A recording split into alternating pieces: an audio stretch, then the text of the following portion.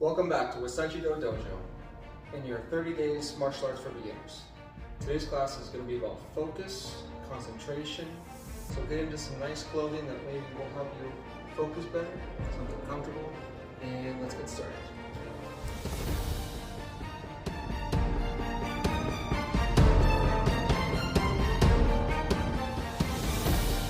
We're going to do 14 of our 30 days Wasenshido Martial Arts for beginners.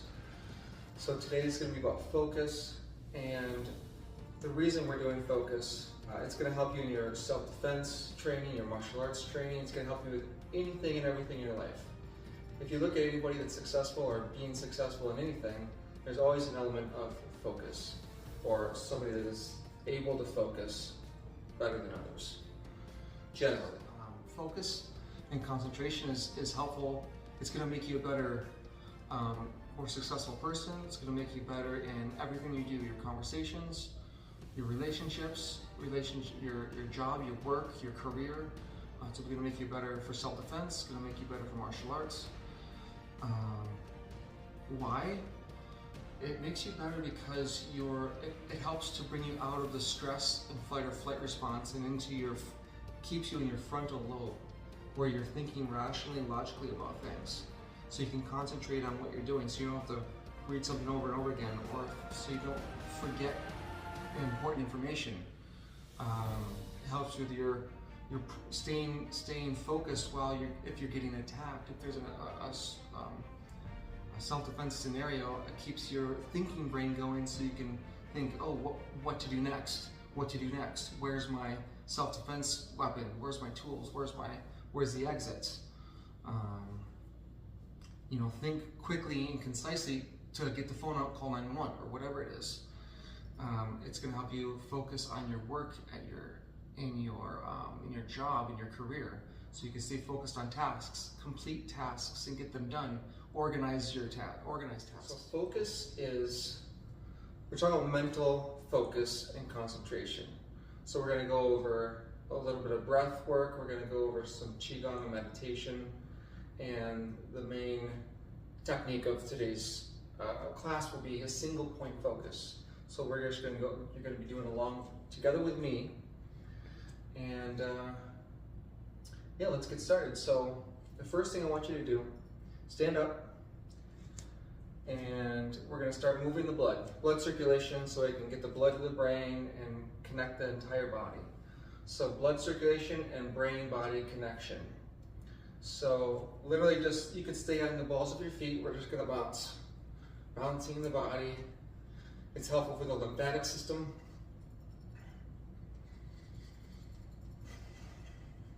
And blood circulation throughout the body. Okay, start to do a little bit more vigorous jumping or light jumping. All right, letting the arms shake. All right, nice deep breath in and exhale. And as you exhale, breathe all that stale air out of the lungs. And push out that breath. Just do that a couple times. Okay, and then we're gonna shake the arms and shake the body and shake the legs all the way down and shake out the legs. So the qigong technique, that's shaking the whole body, it's trembling. It's called trembling, and just go from the top to the bottom. So just start with the whole body. The shoulders, the arms, the body, and then shake the body a little bit by going back and forth. So, and then kind of shake the legs, and then shake the legs out. It gets easier as you do that, as you practice that. That's a little bit awkward at first, but you start to just get it moving, the energy, moving chi, trembling chi. All right, and let's do some marching. So marching in place, bringing the knees up, bringing the hands up. Remember to breathe. Okay, this is going to help the brain and the body connect. So keep marching. So the brain, the right brain connects down to the left body, the left brain down to the right body. And so when we march, so it's just like when you go for a walk, you're crossing over the brains. So sometimes the brain isn't crossed over and it just goes straight down. And that's why we can't concentrate, we can't focus. You're reading a book or reading words on a page, and you have to read it over and over again because you can't comprehend what it's saying. You forget what the line says. You got to read the line over and over again. Those kinds of things. Okay, done marching. So let's do some breath work. All right. Let's sit down on our seats. And I'm just going to do two things today: balloon breath and talk about a slower exhale. So we do the both at the same time. So slower exhale than the inhale activates the parasympathetic nervous system, and it activates the vagus nerve, which is part of the autonomic nervous system, which is part of the parasympathetic. Sympathetic nervous system is the rest and digest nervous system, as opposed to the sympathetic nervous system, which is your daily activity. Right now, or any kind of daily activity, your exercise, for your daily life, you're more in sympathetic nervous system mode, and then parasympathetic is a little bit lower. Now when it comes time to the evening or time to eat your dinner and relax, the sympathetic comes down and the parasympathetic moves up and becomes more dominant. That's your nighttime and your sleep and your rest and digest. So you want to be in parasympathetic mode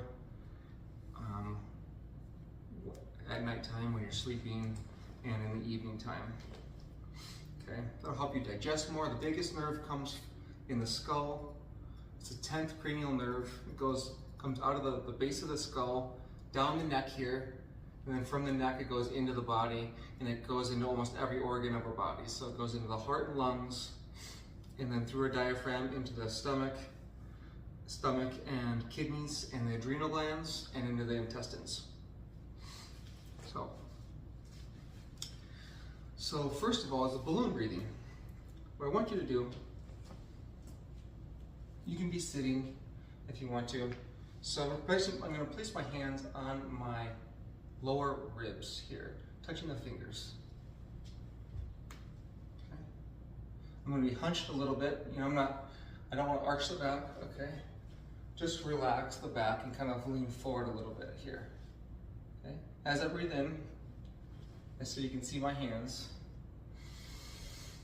my ribs are going to expand and my fingers are going to move away from each other. Okay, it's not too much.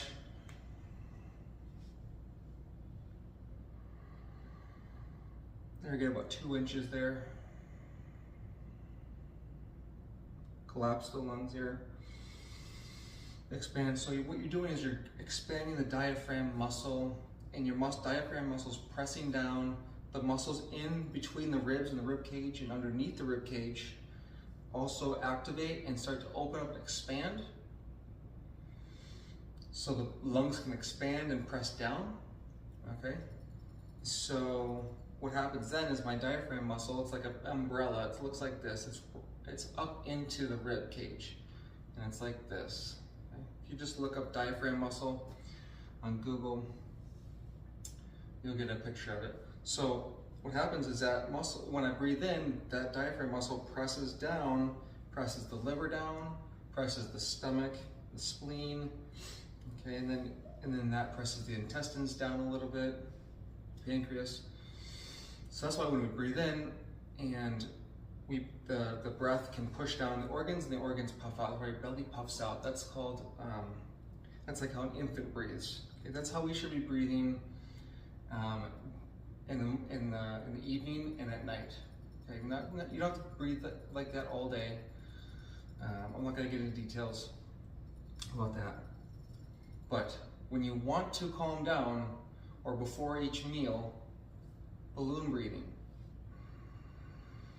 Expand the belly on the inhale, and exhale and bring the belly back in. Use your hands to assist you. As I'm inhaling, my belly is pressing out and expanding out. My rib cage is expanding out as I inhale. So again,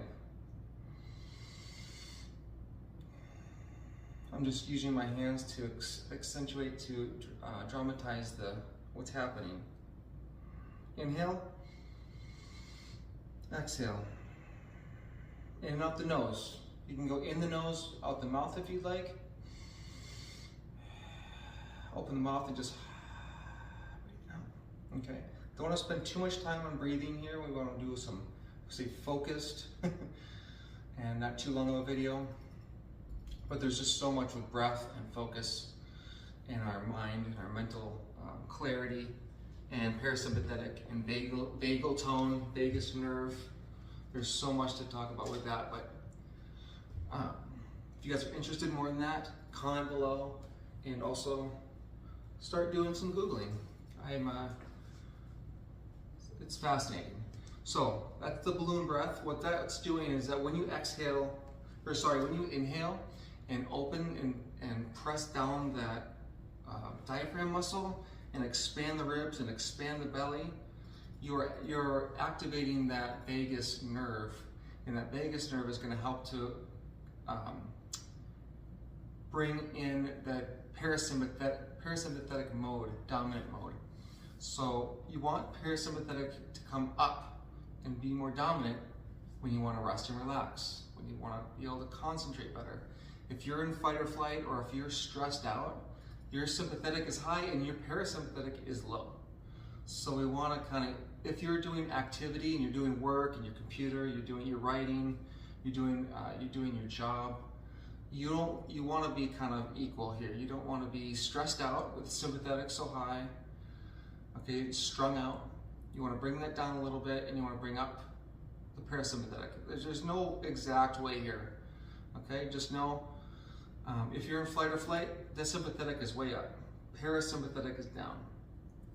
If you're sleeping at night, your parasympathetic should be most generally up high and your sympathetic down low.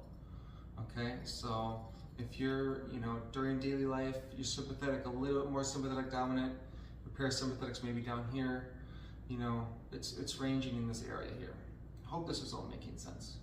So, this is one way to activate that vagal tone and activate the parasympathetic for better rest and digest and better focus and concentration.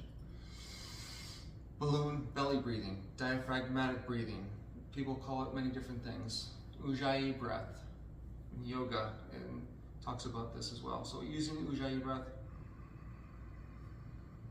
Okay, I'm not going to explain that today, but just a deep, concentrated inhale as you expand the belly, and exhale. Use the hands to kind of collapse the belly and pull it in. And do it just 5 to 10 of those, whatever feels good. If you're feeling a little lightheaded and dizzy, maybe lightheaded, just stop. And that just means that your diaphragm muscle can be a little stale. It's not used to moving up and down, and it's what's called a frozen diaphragm. And so there's different ways that you can fix that, but that's also not part of today's video. Second thing is, when you inhale slower and then exhale longer, not slower, but shorter. When you inhale, let's say 4 seconds, and exhale 8 seconds. So let's do that together. That's going to activate the parasympathetic as well. So longer exhale than the inhale. So let's do 4 seconds in, hold, pause for just a moment, but 1 second, and then try to do 7, 8 seconds exhale. So let's start now.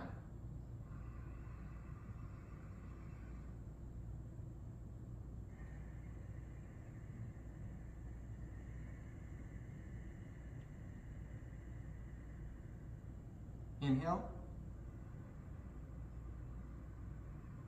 pause, exhale.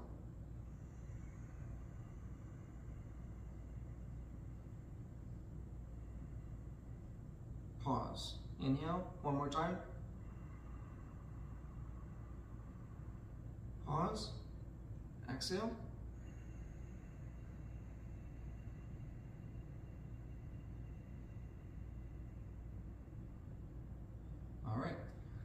And that's just, and it doesn't have to be 4, 8, but about 4 seconds is good inhale.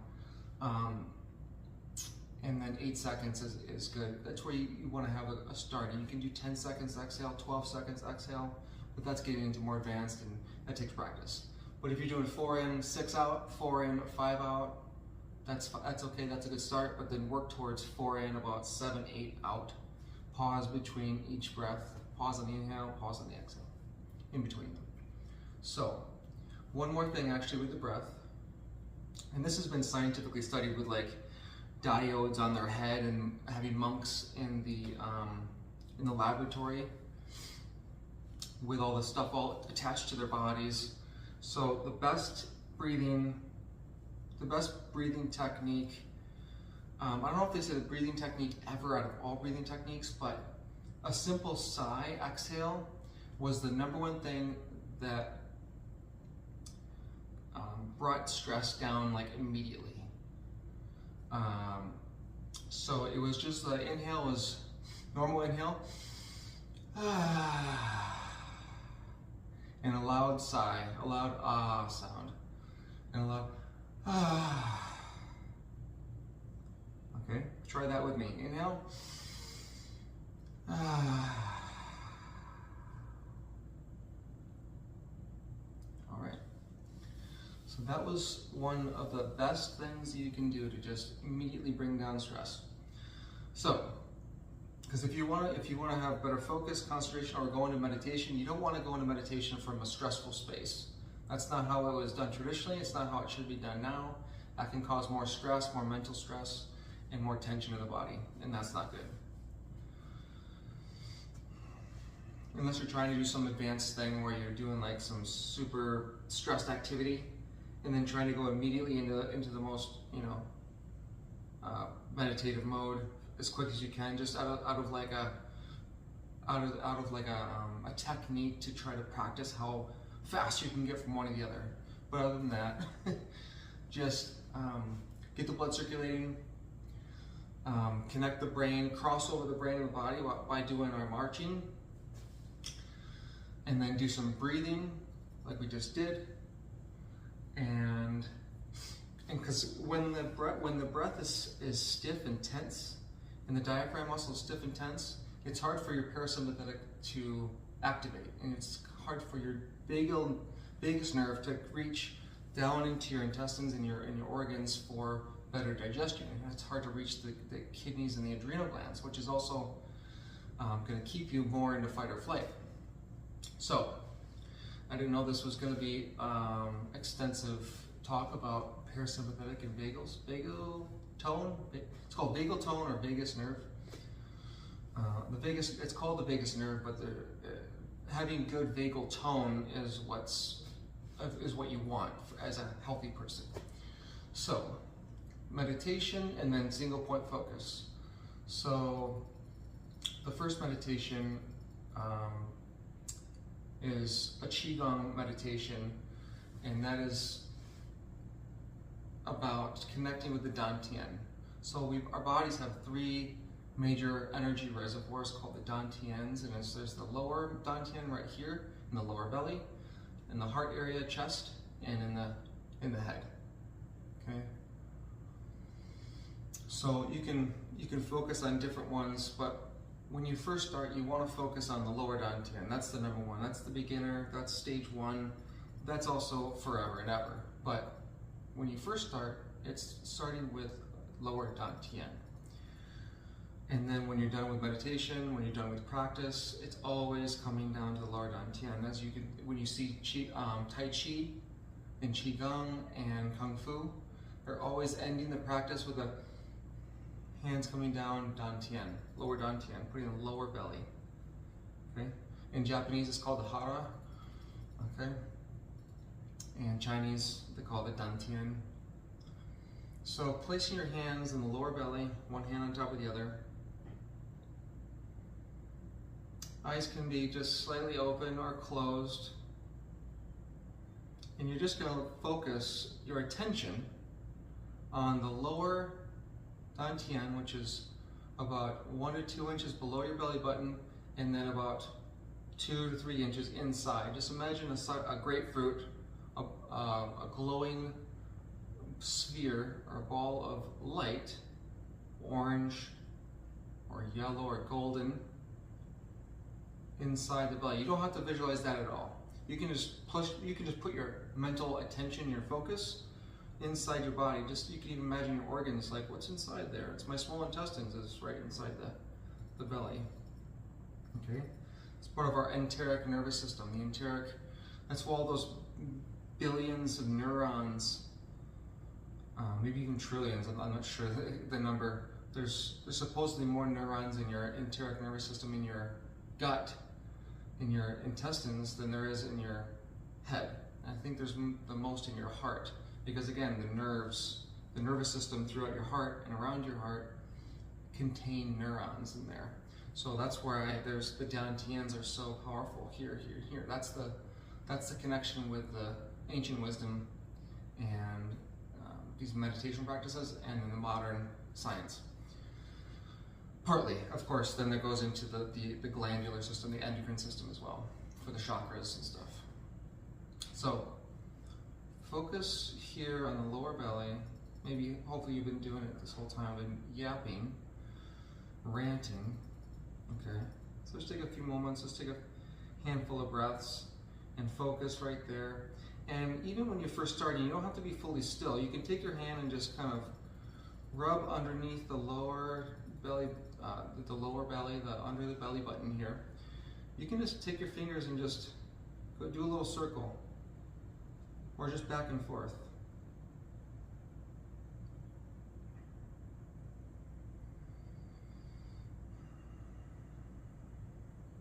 Just that touching down there and using your hand, it just helps to keep your focus and keeps your concentration there. Now I don't need to do that because I've done this so many times, but you can do that. Okay. The back is not fully straight; it's rounded slightly. The chin is tucked in. You're not bent all the way forward, and you're not, in one of these weird neck postures where social media on your phone neck postures. Okay.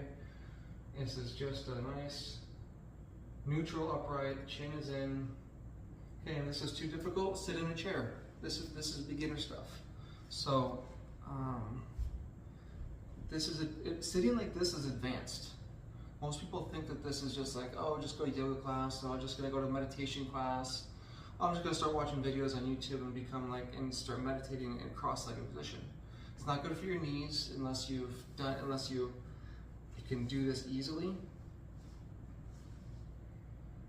And just sitting in a chair is just perfectly fine.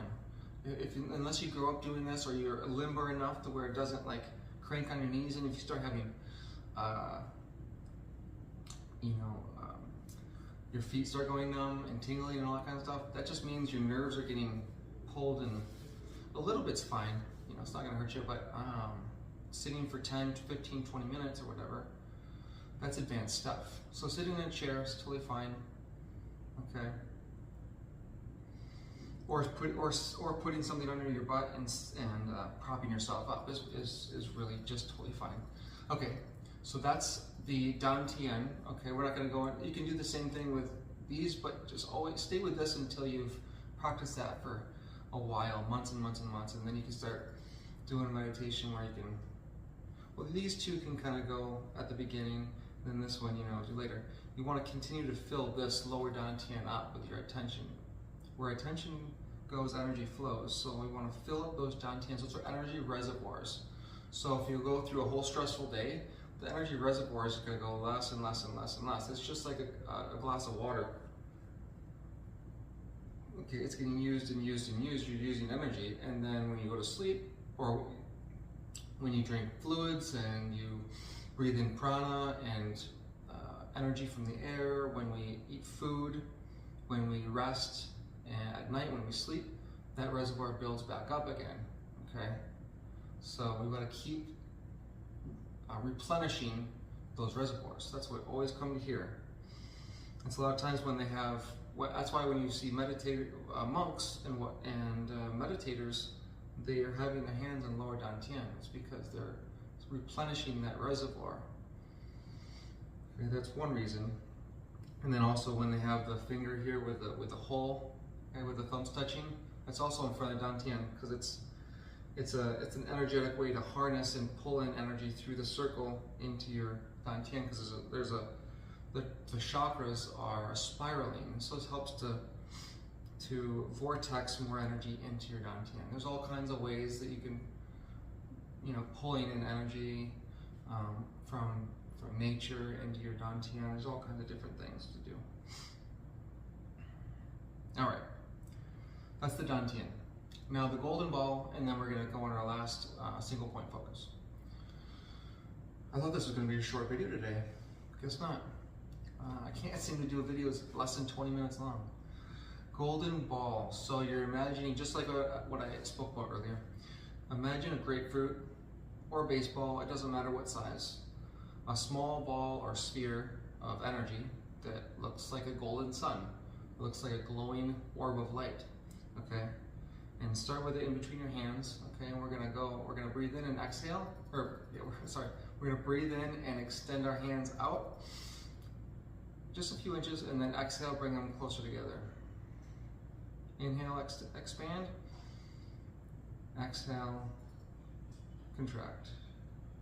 Inhale, exhale. And your attention, your mental focus is right between the hands here. And again, this is beginners, so you don't have to visualize that golden ball. That takes time and practice. So that's all we'll do today. We're going to go into holding the ball in front of our hips here. Again, you probably want to be seated in a chair for this, because that's easier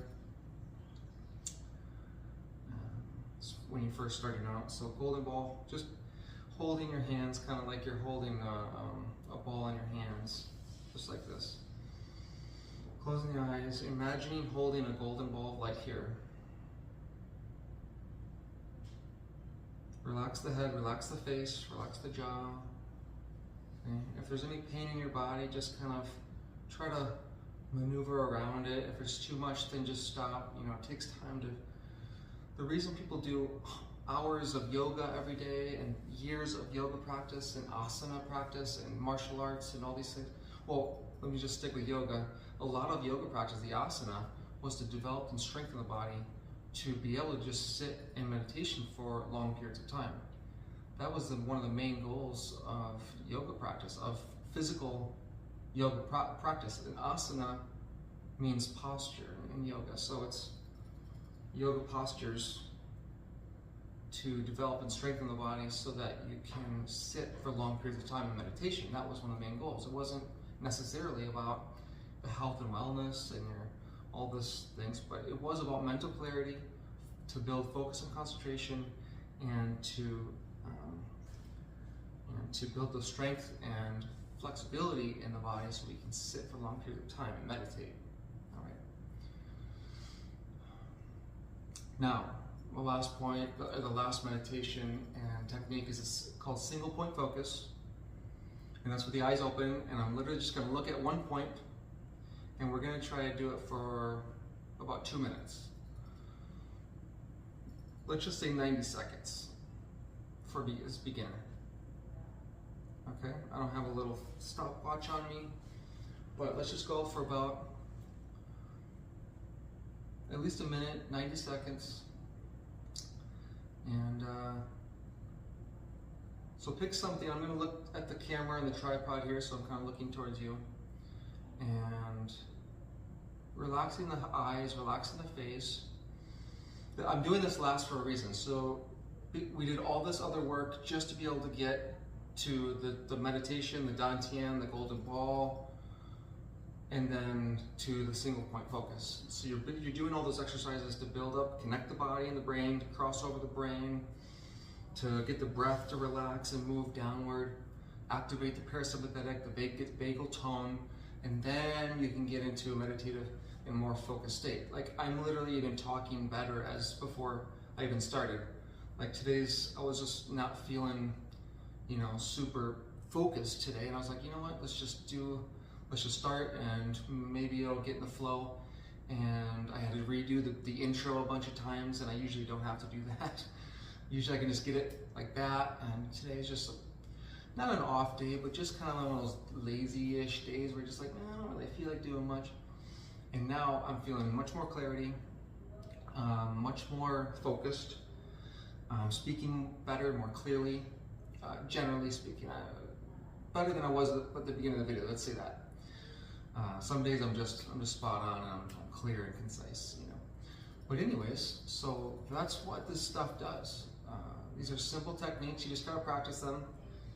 Okay, so, you know, doing some neck stretches here too is awesome for the vagus nerve and to help to relax the neck and the shoulders and the head. That's excellent too. Do the warm up and cool down video that I have. Again, that's really basic, but it'll still help. Single point focus. Pick a spot in the distance. I'm gonna pick a spot 10 feet away. Focus on that. The idea is to not move your body or anything. You can blink, of course. You can take a deep breath and blink, but don't like itch your eye, itch your face. Try not to, you know, adjust your legs. Again, go into seated position if you can't sit for any longer. If you're trying to do this with me, like I'm going to shake out my legs right now too, and just switch my legs around. I'm not a big meditation cross-seated person either. All right, single point focus. Let's try to do about 90 seconds. Pick a little spot in the distance. Try to keep your focus on it. You can shift your gaze. You can shift your eyesight just in a small circle. You don't have to look exactly the same spot. Because your eyes shift naturally. So if you're just looking at it and it gets a little weird, you just look about a half inch in a different direction and move it around. That's totally okay. So let's start now.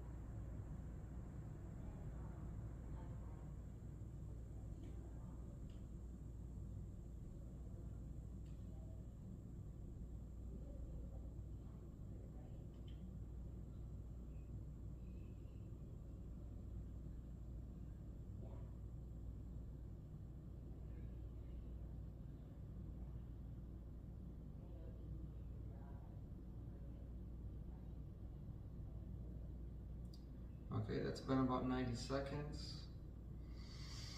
Deep breath, flick of the eyes.